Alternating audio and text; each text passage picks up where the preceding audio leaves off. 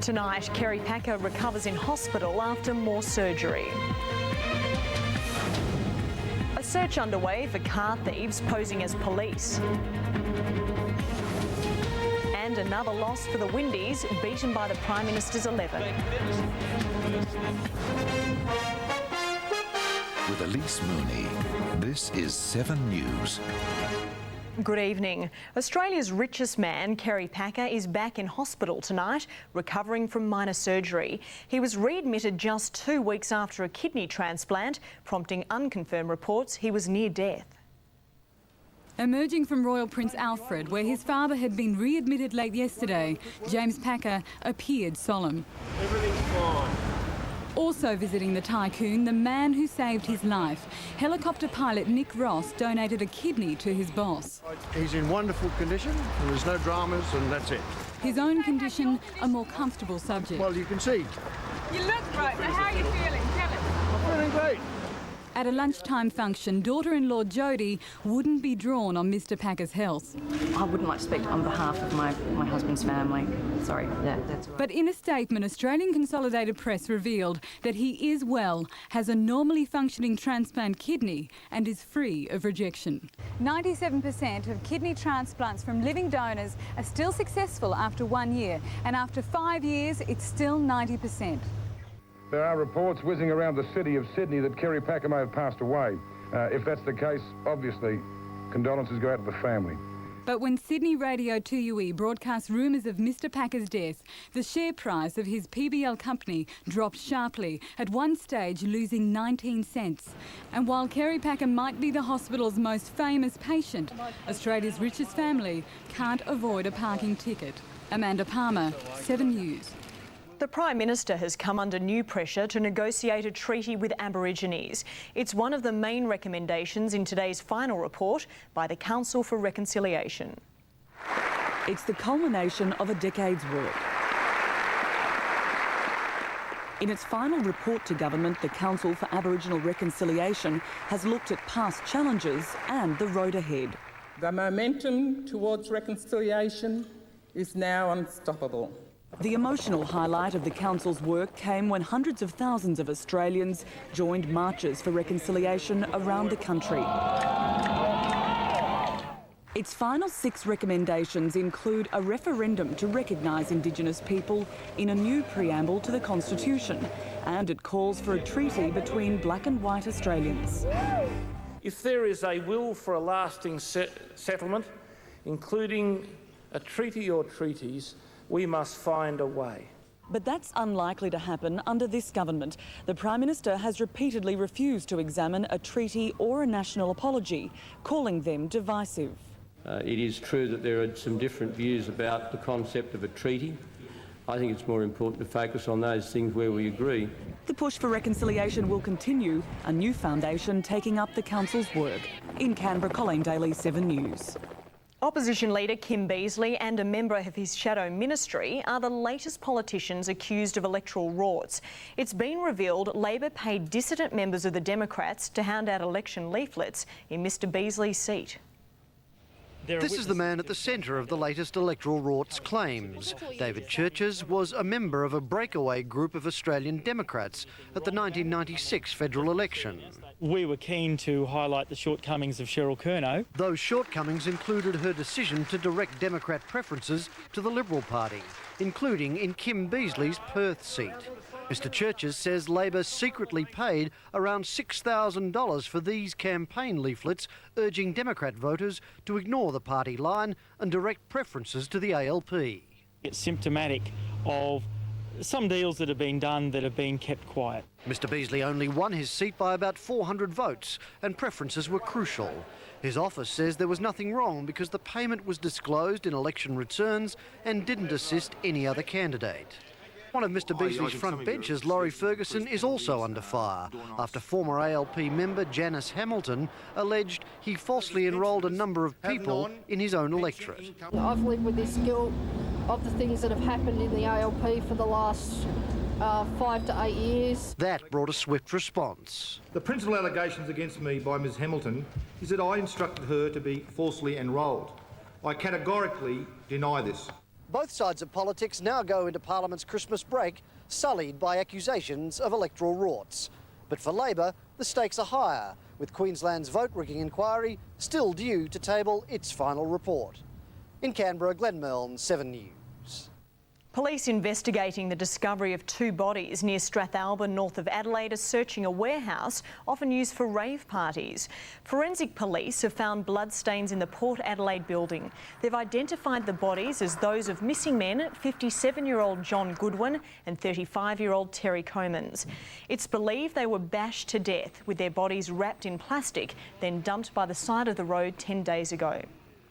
Synagogues in Sydney could be forced to close because their insurance bills are rising dramatically. It follows a series of attacks on Jewish centres in the city's eastern suburbs. This is the reason behind the insurance premium increases. Workmen discovered a suspicious package under a synagogue in Bondi. We evacuated the scene and we called in our bomb disposal unit. They have since rendered the package safe. The incident comes just a month after the same synagogue was set alight during a series of attacks on the Jewish community. One local rabbi's home firebombed 3 times. I think it's very, very unfortunate that in a country like Australia, such acts of violence are occurring. Thank God nothing happened this time. The police have set up a special task force to investigate the attacks following the recent surge in violence in the Middle East. The real price of these attacks has been a massive increase in insurance premiums. One of the worst cases, a synagogue in Parramatta, is facing a 300% rise from $3,500 to almost $12,500 a year. The government says that plays into the hands of extremists. If they can't close them down, it may seem that the Insurance Council of Australia and the insurers achieve the same outcome just by increasing the price of insurance. Not only do we have to face the problem of the violence, but we also have to face the problem that we now can't or may not be able to insure against it. The Insurance Council of Australia says premiums on all religious buildings are up due to an increase in burglary and arson. Megan Miller, 7 News. A search is underway for 3 car thieves posing as police officers in a bid to steal Subaru sports cars. They struck 3 times today using fake identification and, in one case, flashing a gun on a woman. The latest victim of the bogus police was pulled over on the Monash Freeway near Stud Road shortly after 7 this morning. Flashing their lights at me, they're sounding their horn, driving beside me, behind me, all over the place, indicating for me to pull over, flashing a badge through the window. As soon as he'd pulled into the emergency lane, Jim knew the men weren't police and their identification was fake. Guy came up to the driver's door, asked me to step out of the car, which I refused to get out of the car, sat there with seatbelt on. As Jim was dialing 000 on his mobile phone, one of the men leant into the car and punched him in the head several times before pulling the keys out of the ignition. They're just idiots, yeah, absolute idiots. The first intended victim was stopped in Jeffreys Parade in the city shortly before 6 this morning. The woman driver threatened with a gun. One of the suspects has lifted his shirt and inside on his tracksuit pants he's had a what she believes was a firearm. Believed to be a semi-auto. Half an hour later, the bogus police struck at Preston, succeeding in stealing their next victim's blue WRX, similar to this, registered OOR331. On each occasion, the men in their 20s used a silver Celica as a pretend unmarked police car. Detectives say it's likely the robbers were responsible for an attack on a Faulkner car dealer 2 days ago, who was tied up and bashed by 3 men when he refused to hand over the keys to a WRX sitting in his lot. We won't be stocking them anymore. They're just not worth the hassle. Peter Morris, 7 News. Surgeons at Melbourne St Vincent's Hospital have developed a world first in the treatment of heart attack victims. It involves chilling the patient's blood. Hypothermia is a well-known killer. The human body unable to cope when our temperature drops well below 37 degrees. But now St Vincent's Hospital doctors will deliberately chill the blood of heart attack patients to save them. Damage to coronary muscles during a heart attack can leave victims severely weakened, unable to exert themselves. By reducing damage to the heart muscles, doctors say recovery will dramatically improve. People will be able to have a better quality of life, hopefully live longer. It might save lives. It's hard to believe Reg Humphreys had 2 heart attacks this year. The 73-year-old was the first to undergo the blood-chilling procedure and has fully recovered. He says it was painless. I could answer back. I was warm. So they insulate you on the outside. Reg is now back, working the land 7 days a week. I'm working as good as I've worked, and I don't feel nothing. The procedure is simple. A cold probe inserted into a major vein cools the blood and drops body temperature to hypothermic levels, around 33 degrees, slowing damage to the heart. Reg Humphrey says it's certainly worth a try. I will have a good life. I've got a lot of living. Dean Allen Craig, 7 News. The grandmother whose family abandoned her at Sydney Central Railway Station has returned to Adelaide. 88-year-old Alice Crozer was taken in by Mission Australia after her sons refused to look after her. She's the grandmother nobody wants. Lovely. 2.5 weeks ago, Alice arrived in Sydney by train. Today, she's leaving in style by plane. Are you pleased to be heading back to Adelaide? No. I like Sydney. And with good reason. I like to chase all the boys. The 88-year-old grandmother came to Sydney to stay with family. She waited for hours at Central Station, but no one picked her up. Abandoned, she was taken in by Mission Australia. Came down here to help my sons, but just didn't want me. And I just have to go back and try and forget everything. Her sons visited her but wouldn't take her in, saying she's too difficult. Giving cheek, driving everybody mad. Mission Australia says she's delightful. She's been very nice, joking with the staff, mixing with the other residents, so no, we haven't found her difficult. Mission Australia says Alice Crozer's story is not the first. They've had dozens of cases where elderly people have been dumped by their families. Alice will now live in an aged care unit. Stephanie Kennedy, 7 News. More thunder, lightning and hail over Sydney tonight. The storm moved in from the south coast, putting on a spectacular light show. Marylands in the city's west received a huge hail dump, the weight of the ice causing the roof of this gift shop to collapse. The storm has since moved out to sea. I'll be back with more after the break, including Jeffrey Robertson's case against the Queen and the country businessman bearing all for charity. Australia's unemployment rate was up by 0.3% in November to a 5-month high. As finance reporter Kylie Merritt explains, today's figures don't reflect just how big that jump is because of a lower than usual participation rate. Close to 60,000 jobs have disappeared, the biggest drop in total employment since the height of the 1991 recession. The bulk of the job losses have been part-time, with the youth unemployment rate jumping 1.5%. The Australian Chamber of Commerce and Industry is fighting the ACTU's living wage claim. The unions want around 2 million low-income earners to get an extra $28 per week, but employers say the 7% pay rise is unsustainable. The Industrial Relations Commission should rule in March. The federal government is claiming a win after the World Trade Organisation overruled US quotas and tariffs on imports of Australian lamb. It remains to be seen if America will appeal the decision, but Trade Minister Mark Vaile says he'll seek immediate removal of the tariffs as soon as the appeal period ends.